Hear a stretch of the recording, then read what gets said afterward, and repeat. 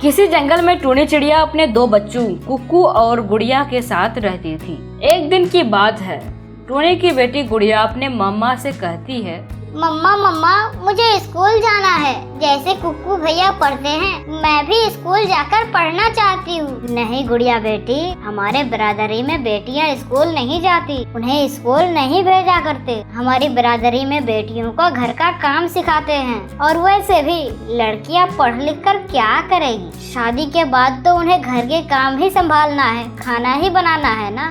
मम्मा आप चिंता ना करें, मैं घर के काम भी सीख लूंगी। मुझे पढ़ने का बहुत शौक है, मुझे पढ़ने दो ना। मैं भी भैया की तरह स्कूल जाना चाहती हूँ और पढ़ लिख कर मैं एक ऑफिसर बनना चाहती हूँ। शहरों के जंगल में बेटी चिड़िया भी पढ़ने जाती है। कुक्कू भैया मुझे बताते हैं कि उनकी क्लास में बेटियाँ भी पढ़ने आती है।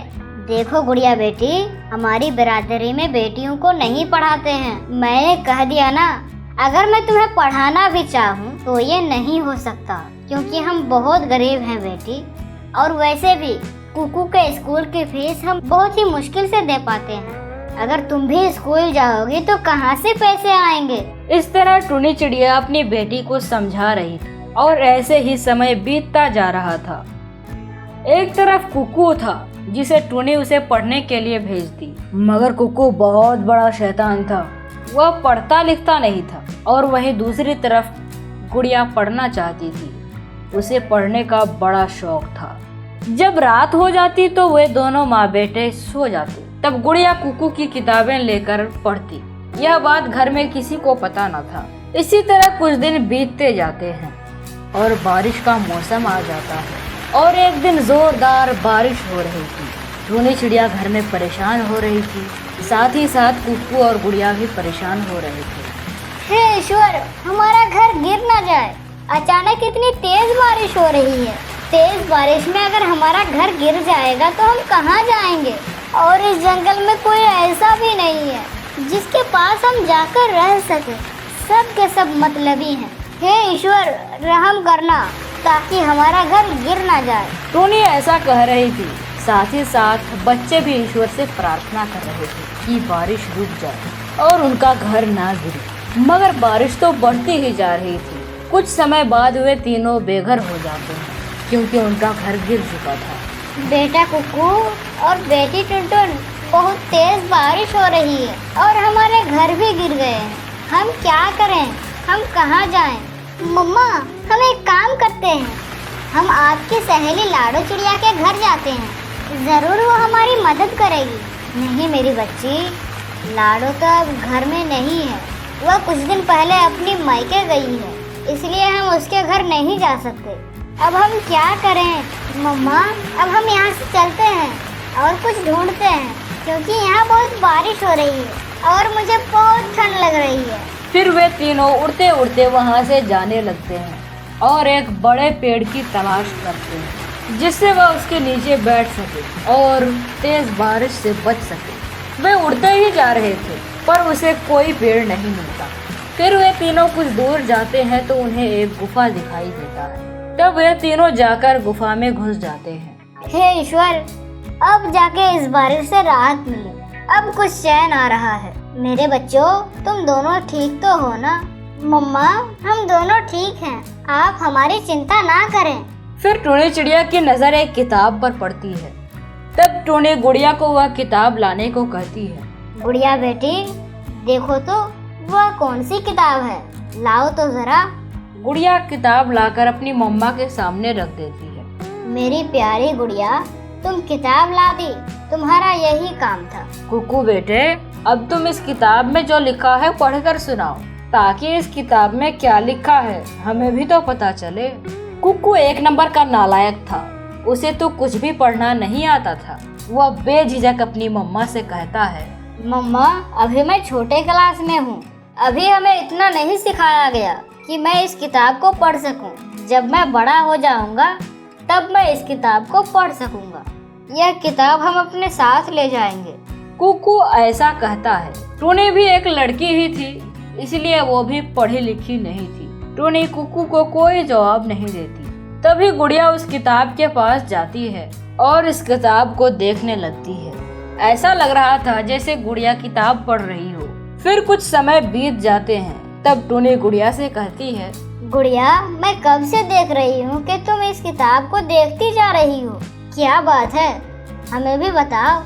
मम्मा, मैं आपको एक बात बताऊं, मुझे पढ़ना आता है। जब रात को आप और कुक्कू भैया सो जाते हैं तो मैं कुक्कू भैया की किताब से पढ़ना सीखती हूँ। उसी से मुझे पढ़ना आ गया है। मैं इतनी देर से इस किताब में जो लिखा था उसे ही पढ़ रही थी। इस किताब में एक जादुई घास के बारे में लिखा है। इस जंगल में जो सबसे बड़ा बरगद का पेड़ है ना, उस बरगद के पेड़ के पास कुछ घास है, वही जादुई घास है। अगर उस घास से हम कोई घर बनाए तो आंधी तूफान और बारिश से हमारी रक्षा करेगा। वह घर बहुत ही मजबूत होगा। साथ ही साथ वह घर हमसे बातें भी करेगा। उससे जो हम मांगेंगे वह देगा। क्या गुड़िया, तुम सच कह रही हो? वैसे इस जंगल में एक बहुत ही बड़ा बरगद का पेड़ तो है। उस पेड़ के बारे में मैं जानती हूँ। वहाँ जादुई घास मिलता है या नहीं, हमें देखना पड़ेगा। हाँ मम्मा, हमें पता करना होगा। चलो अब हम चलते हैं। बारिश भी तो रुक गई है ना, तब तक हमारा काम हो जाए। फिर वे तीनों बरगद के पेड़ की तलाश में निकल पड़ते हैं। जंगल में रात होने वाली थी। वे तीनों उस बरगद के पेड़ के पास पहुंच जाते हैं जहां सच में घास उगे हुए थे। वह घास बहुत थोड़ी सी थी। गुड़िया, ये घास इतना कम है, फिर घास से घर कैसे बनेगा? मम्मा, उस किताब में लिखा हुआ था कि हम जो सच्चे मन से इस घास को कहेंगे वही होगा। तब टुनी उस घास को कहती है, ऐ घास, तुम एक घर बन जाओ। हम उस घर का सही इस्तेमाल करेंगे। फिर वे घास एक घर में बदल जाता है। यह देखकर वे तीनों बहुत खुश होते हैं और तीनों घर के अंदर चले जाते हैं। टुनी बहुत खुश होती है और उसे अपनी गलती का एहसास हो जाता है। गुड़िया बेटी, तुम मुझे माफ कर दो, मैं तुम्हें समझ नहीं पाई। एक तरफ मेरा कुक्कू बेटा नालायक है, बेटा है कहकर इसे पढ़ा रही हूँ, मगर इसे तो पढ़ाई पर ध्यान ही नहीं। ऊपर से हमें झूठ बोल दिया कि उसे ये सब पढ़ाया नहीं गया। और तुम हो जो कभी स्कूल नहीं गई मगर खुद से ही पढ़ाई की। मैं तुम्हारी मेहनत और लगन के सामने शर्मिंदा हूँ। पता नहीं ये किसने कह दिया कि लड़कियों को स्कूल नहीं जाना चाहिए, उसे सिर्फ घर के कामों पर ही ध्यान देना चाहिए। ये सब बिल्कुल गलत है। मैं तो तुम्हें अब स्कूल भेजूंगी और तुम्हारी जो इच्छा होगी वह जरूर पूरी होगी। फिर अपनी मम्मा की बात सुनकर गुड़िया खुश हो जाती है। दोस्तों, ये बात आपने भी सुनी होगी कि बेटा पढ़ाना फर्ज है तो बेटी में क्या हर्ज है। अगर आपके घर में बेटा पैदा होता है तो जिस तरह से आप खुशी मनाते हैं, ठीक उसी तरह बेटी पैदा होने पर भी आप खुशी मनाइए। और बेटियों को भी बेटों के समान प्यार करें और बेटा बेटियों में भेदभाव ना रखें, क्योंकि जो बेटे कर सकते हैं वो बेटियां भी कर सकती हैं। पापा, आज मेरा अनार खाने का बहुत मन है। पापा, आज मुझे अनार लेकर दो ना। बेटा, आपके पापा की तबीयत ठीक नहीं है, आज उन्हें आराम करने दो। टुनी, कुक्कू को मत डांटो, इसने छोटी सी फरमाइश ही तो की है। मैं इसकी ये फरमाइश जरूर पूरी करूँगा। परंतु टूना जी, आपकी तबीयत। मैं ठीक हूँ टूनी, तुम परेशान मत हो, बस मैं अभी अनार लेकर आता हूँ। यह कहकर टूना अनार लेने चले जाता है। काफी देर हो जाती है मगर टूना वापस नहीं आता, जिस कारण टुनी चिड़िया और कुक्कू परेशान हो जाता है। न जाने टूना जी कहाँ रह गए, कितनी ज्यादा देर हो गई, अब तो मुझे चिंता होने लगी है। कुछ देर बाद टूना चिड़ा वहाँ आता है, परंतु उन्हें बहुत चोट लगी हुई थी और उनके पंख से काफी ज्यादा खून भी निकल रहा था। हाय रे टूना जी, ये क्या हो गया? ये खून क्यों निकल रहा है? इतनी ज्यादा चोट कैसे लग गई आपको? टुनी चिड़िया, जब मैं अनार लेने कबूतर की दुकान पर गया तो उसकी दुकान बंद थी। फिर मैं कबूतर के घर गया तो कबूतर ने मुझसे कहा कि आज दुकान बंद रहेगी, और फिर कबूतर ने कहा कि मैं उसके बाप से अनार ले लूं। मैं उसके बाप से अनार लेकर वापस आ रहा था तो एक बड़ी सी लकड़ी आकर मुझे लगी, और देखो ना कितनी ज्यादा चोट लग गई मुझको। अरे टूना जी, आपके पंख से तो काफी ज्यादा खून निकल रहा है, मैं अभी वैद्य जी को बुलाती हूँ। टूना चिड़ा पहले ही से काफी ज्यादा बीमार था और अब ये चोट उसे लग गई। टूनी चिड़िया फौरन उल्लू वैद्य जी को अपने घर में बुलाती है। उल्लू वैद्य जी को आने में थोड़ी सी देर हो जाती है और टूना का तो काफी ज्यादा खून बह जाता है, जिस कारण टूना मर जाता है। मुझे माफ करना टूनी चिड़िया, परंतु टूना हमें छोड़कर चला गया। क्या? ऐसा नहीं हो सकता। टूना जी हमें छोड़कर नहीं जा सकते। अब हमारा क्या होगा? टूना की मौत की खबर सुनकर कुकू और टूनी चिड़िया बहुत ही गमगीन हो जाते हैं। अब टूना की मौत के बाद घर की सारी जिम्मेदारियां टूनी पर आ चुकी थी। मम्मा, पापा की मौत के जिम्मेदार मैं ही हूँ ना, क्योंकि पापा की मौत मेरी वजह से हुई है ना मैं अनार खाने की जिद करता और ना हमें पापा छोड़कर जाते। कुकू बेटा, खुद को दोष मत दो, इसमें तुम्हारी कोई गलती नहीं। टूना जी की शायद इतनी ही जिंदगी थी और देखो तो तुम्हारे पापा ने तुम्हारी फरमाइश पूरी कर दी और तुम्हें कितने सारे अनार ला कर दिए। टूनी चिड़िया अब काफी ज्यादा परेशान थी कि टूना के बगैर वह अपना घर कैसे चलाएगी। मेरी तो कोई नौकरी भी नहीं है और ना ही मेरा कोई खेत है। अब मैं पैसे कहाँ से कमाऊंगी? तभी टूनी चिड़िया की नजर टूना के लाए हुए अनार पर पड़ती है। अगर मैं इन अनारों को जमीन में दबा दूं, तो अनार के पेड़ से मेरे कुकू का भविष्य बन सकता है, परंतु मेरे पास तो अपनी जमीन भी नहीं जहां मैं अनार दबा सकूं। अगले दिन टूनी चिड़िया अपने दोस्त कालू कौवे के पास चली जाती है। अरे टूनी चिड़िया, बहुत दिनों बाद तुम मेरे घर आए हो। हाँ कालू कौवे, मुझे जंगल में कुछ काम था, इसीलिए सोचा कि तुमसे भी आकर मिल लूं। हाँ, ये तो तुमने बहुत अच्छा किया, परंतु टूना के मौत की खबर सुनकर मुझे बहुत दुख हुआ। हाँ, टूना जी बहुत अच्छे थे, पर वो हमें बहुत जल्दी छोड़कर चले गए। अच्छा टूनी चिड़िया, तुम अपना घर कैसे चलाती हो अब? मैं उल्लू सेठ के पास एक छोटी सी नौकरी करती हूँ, परंतु मैं अनारों के बीज बोकर अनारों का कारोबार करना चाहती हूँ, पर वो भी नहीं कर सकती क्योंकि मेरे पास अपनी जमीन भी नहीं। अरे टूनी चिड़िया, तो मेरी जमीन कब काम आएगी? तुम्हें तो पता है ना कि तुम्हारे जंगल में मेरी एक जमीन है जो मेरे किसी काम की नहीं। एक काम करो, तुम अपनी जमीन पर मेरे अनार के बीज बो दो। तुम्हारा बहुत बहुत शुक्रिया कालू कौवे, तुमने तो मेरी बहुत बड़ी समस्या दूर कर दी। देखना, जब मेरे पास पैसे आ जाएंगे तो मैं तुम्हारी ये जमीन खरीद लूंगी।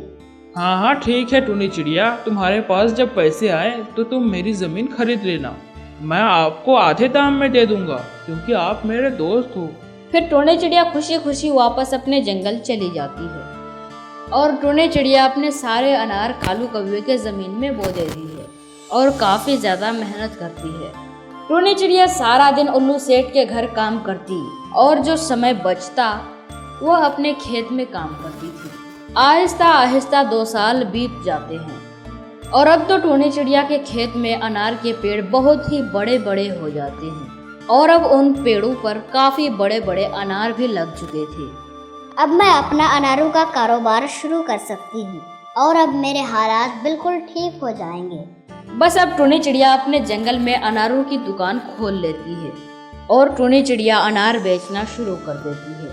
अनार ले लो, अनार ले लो, रसीले और बड़े बड़े अनार ले लो, अनार ले लो, अनार ले लो। टूनी चिड़िया की आवाज़ सुनकर कुछ पक्षी अनार खरीदने आती है।